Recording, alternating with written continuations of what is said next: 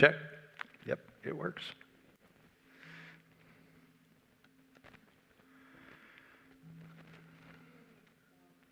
Oh, Neil?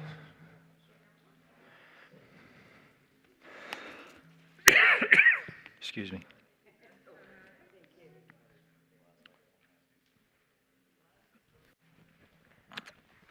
We'll start in about 30 seconds.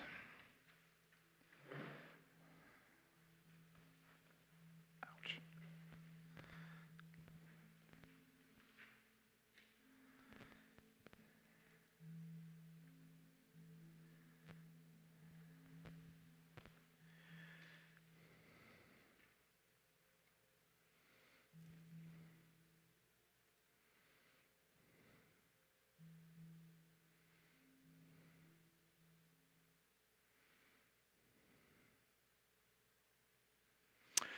Okay, well, thank you all for being here. Oops.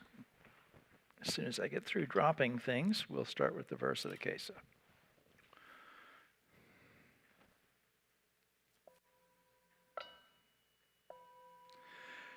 Vast is the robe of liberation, a formless field of benefaction. I wear the Tathagata's teaching, freeing all creations. Vast is the robe of liberation, a formless field of benefaction. I wear the Tathagata's teaching, freeing all creations. Vast is the robe of liberation, a formless field of benefaction. I wear the Tathagata's teaching, freeing all creations. Oops.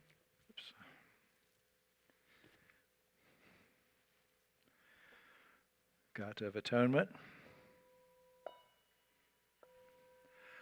All evil karma ever committed by me since of old, on account of my beginningless greed, anger, and ignorance, born of my body, mouth, and thought, now I atone for it all. All evil karma ever committed by me since of old, on account of my beginningless greed, anger, and ignorance, born of my body, mouth, and thought, now I atone for it all. All evil karma ever committed by me since of old, on account of my beginningless greed, anger, and ignorance, born of my body, mouth, and thought, now I atone for it all.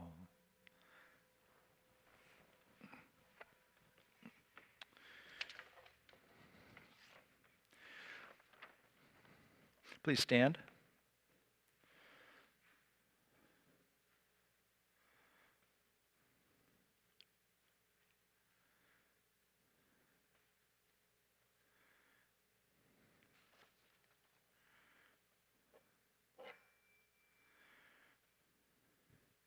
Three bows.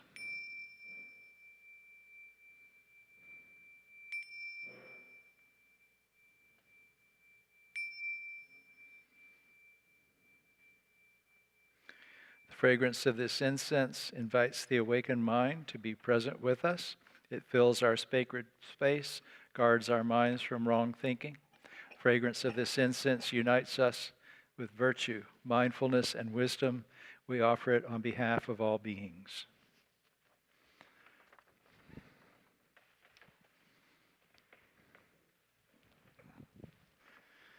Homage to the Buddha. Namo tassa bhagavato arahato samma sambuddhassa. Namo tassa bhagavato arahato samma sambuddhassa. Namo tassa bhagavato arahato samma sambuddhassa. I go to the Buddha for refuge. Being one with the Buddha, I resolve to each day follow the way of life he laid down for us to walk and awaken to his supreme wisdom. I go to the Dharma for refuge. Being one with the Dharma, the gates of Dharma are manifold. I vow to enter them all. The goal of wisdom is ever beyond. I shall attain it. I go to the Sangha for refuge. Being one with the Sangha, in the spirit of universal fellowship, and as a member of the Sangha, I pledge myself to strive for the enlightenment of all beings. The Metta Sutta. This is what should be done by one who is skilled in goodness and who knows the path of peace. Let them be able and upright, straightforward and gentle in speech, humble and not conceited, contented and easily satisfied, unburdened with duties and frugal in their ways, peaceful and calm and wise and skillful, not proud and demanding in nature. Let them not do the slightest thing that the wise would later reprove. Wishing in gladness and in safety, may all beings be at ease. Whatever living beings there may be, whether they are weak or strong, omitting none, the great or the mighty, medium, short, or small, the seen and the unseen, those living near and far away, those born and to be born, may all beings be at ease. Let none deceive another or despise any being in any state. Let none through anger or ill will wish harm upon another.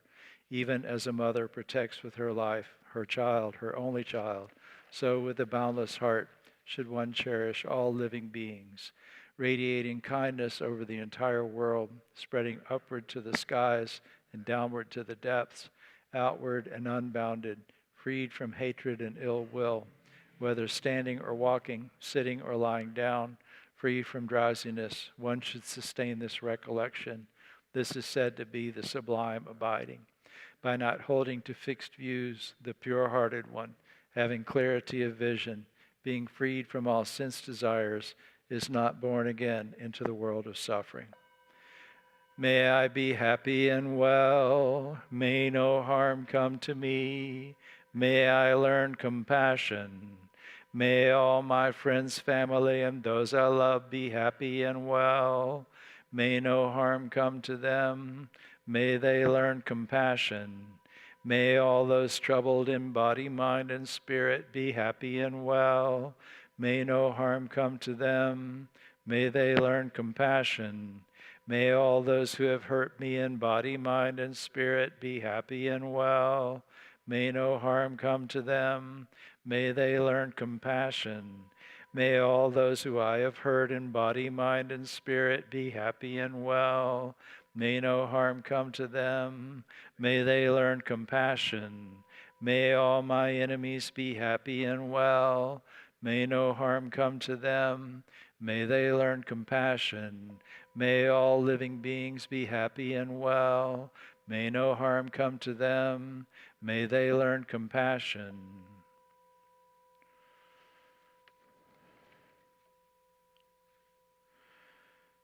So we'll meditate for 20 minutes. Just a silent meditation tonight. Let me give you just a brief instruction in case anyone needs instructions on how to meditate. There are many different things that you could do in Buddhism that fall under that heading of meditation. But a really good one to start with and to continue with and to finish with is to meditate on the breath. You don't have to breathe any special way. It's good to settle your attention on the abdominal muscles first. Take a few deep breaths. Let your belly be soft so your breath can flow smoothly in and out. And then just rest your awareness on breathing in and breathing out. You can be aware of how the breath feels in your body. Anything that comes into your awareness, you can just let it pass or let it be. If it will release, you can release it. Otherwise, just accept it. And if the mind wanders, which it will, just keep coming back to the breath. You don't have to hold on to your concentration rigidly. Just simply breathe and let the mind settle. In time, the mind will settle, and you'll be focused solely on your breathing. That might take years. That's okay. You're training the mind. So, don't look for any particular special experience. Just watch the breath. Three bells to begin the meditation, 2 bells to end. And if you're at home and you want to mute just in case there's any sounds in here or anything like that, I will start the timer.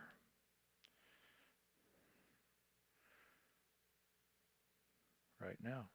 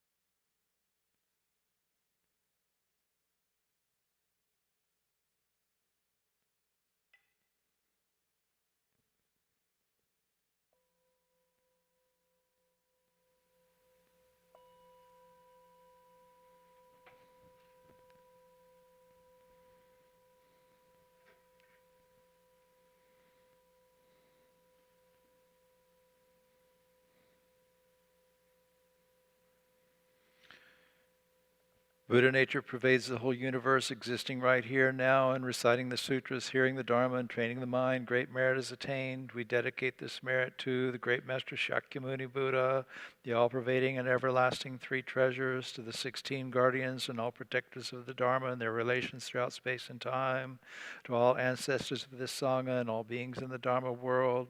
May penetrating light dispel the darkness of ignorance. Let all karma be resolved and the mind flower bloom in eternal spring. May the Dharma body maintain strength and health, and years of life be lengthened for all teachers of this Sangha. We pray for the health and well-being of those suffering from diseases of body, mind, or spirit, those working toward the healing of those afflictions. We pray for those suffering from violence and those who grieve for them, for those living in oppression, for all who are imprisoned who should be free, for all refugees from violence, hunger, and catastrophe, man-made or natural. May they be serene through all their troubles, and may we realize the enlightened way together. Sabe sata sadahantu avera sukha jivino katang punya phalang maihang sabe bhagi bhavantu te. May all beings always live happily, free from animosity. May all share in the blessings springing from the good I have done.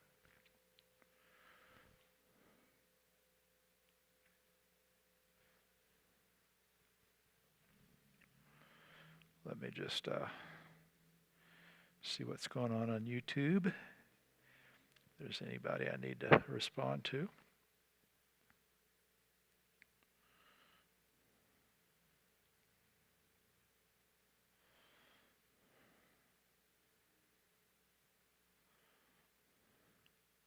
Hello, Ellen. Hello, Jeff and Jim and Marianne. And hi. So there's belong to a couple of groups of like Buddhist ministers and Buddhist clergy and Zen monks and things like that on social media. And there's a Chan nun, Bhikkhuni Tin Kwang. Chan is Chinese Zen, and I think that's what her tradition is. Bhikkhuni means is the female version of bhikkhu, which means monk.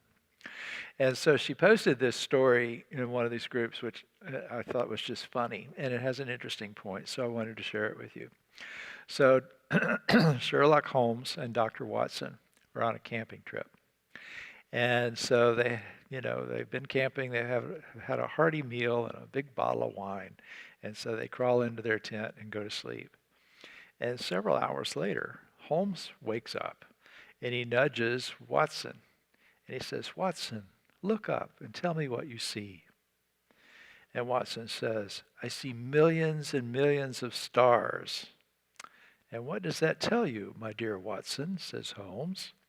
Watson thinks about it for a minute, and he knows it's Holmes, so there's going to be, he's got to say something impressive, and he says, "From the point of view of astrophysics, it tells me that there are millions of galaxies with potentially billions and billions of planets, and we circle a small sun on the edge of a medium-sized galaxy."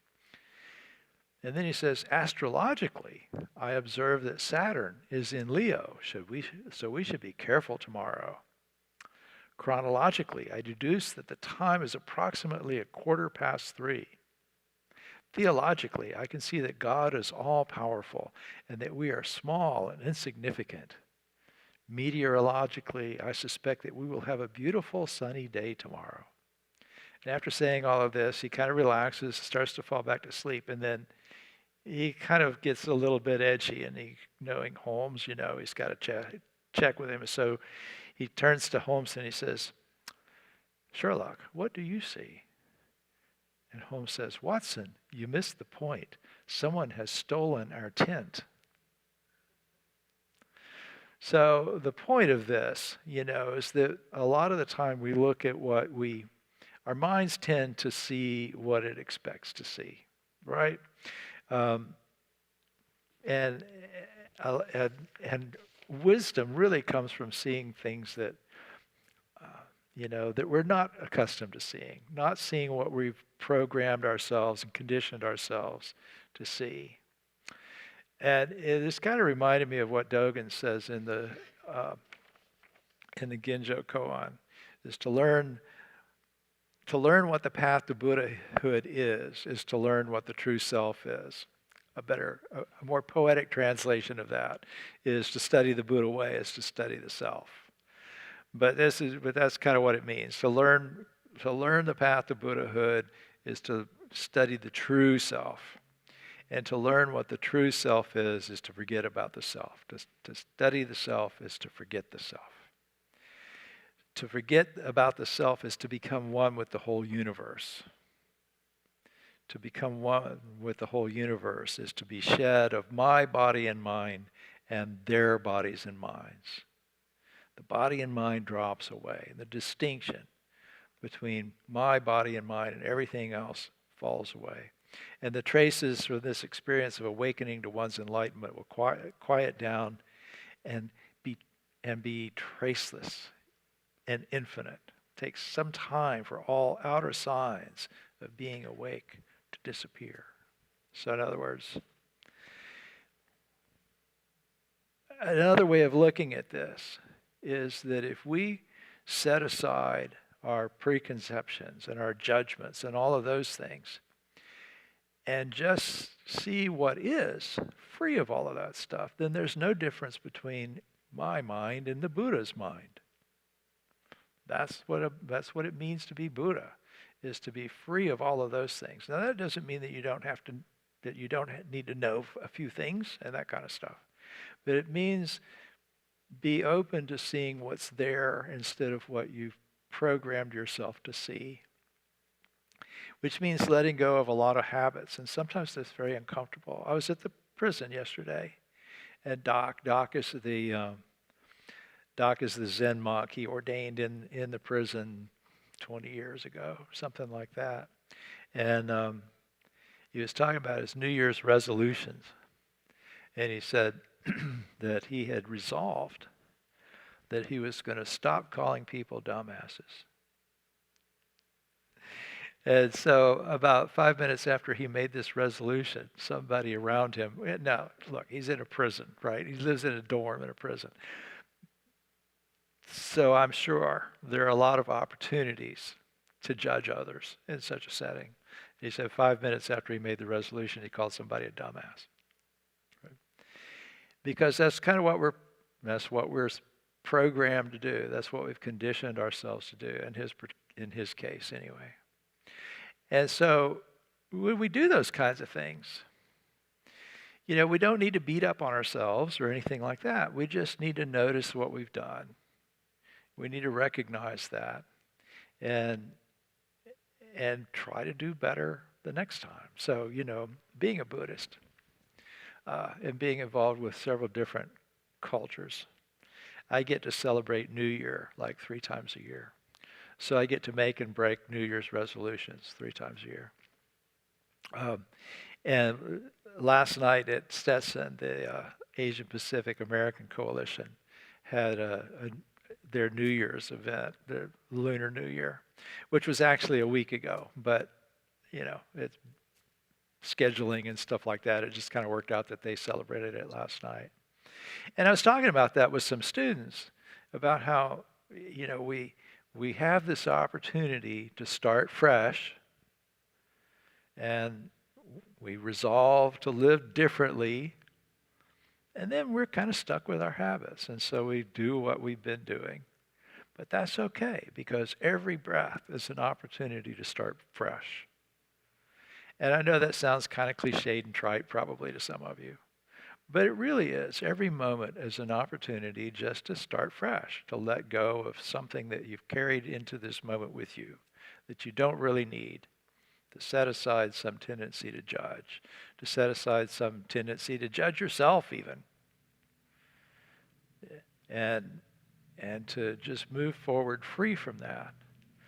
And the only way we know how to let go of those things is when they arise. The only way we know to let go of the things that hook us is to be hooked by them. There was somebody posted something, there were about a zillion Venerable Thich Nhat Hanh related memes floating around online after he died. And one of them was something about, the arising out of the mud. And this is, this is a teaching that we often hear, the lotus. There is no lotus without the mud. The lotus rises up out of it into the sun and blooms, unstained from the mud in which its roots are anchored. So, that's just a teaching for us all to keep in mind, is that if it wasn't for the things that have hung us up, we wouldn't know how to get unhung. Does that make sense? Anyway. Any questions or comments?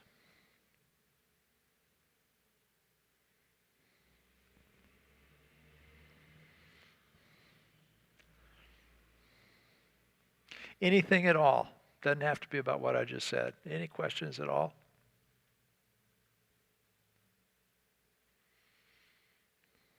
You're very quiet. All right. Well, if there's no questions, then we can say our closing vows.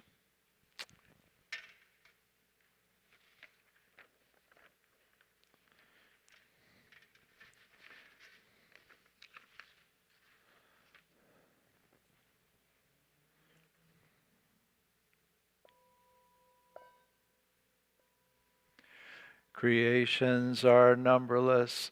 I vow to free them. Delusions are inexhaustible. I vow to transform them. Dharma gates are boundless. I vow to enter them. The enlightened way is unsurpassable. I vow to embody it. Nice and loud this time. Creations are numberless. I vow to free them. Delusions are inexhaustible. I vow to transform them. Dharma gates are boundless. I vow to enter them. The enlightened way is unsurpassable. I vow to embody it. Whisper. The creations are numberless. I vow to free them. Delusions are inexhaustible. I vow to transform them. Dharma gates are boundless. I vow to enter them. The enlightened way is unsurpassable. I vow to embody it. Friends, I respectfully remind you life and death are of supreme importance. Time swiftly passes by and opportunity is lost. Each of us must strive to awaken. Awaken. Take heed. Do not squander this life. 3 bows to the Buddha, please.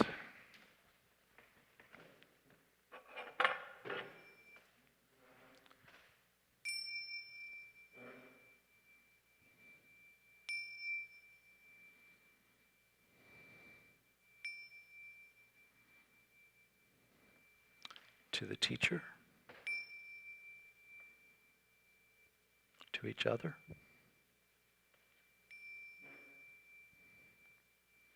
Thank you all for coming. See you next week, if not before.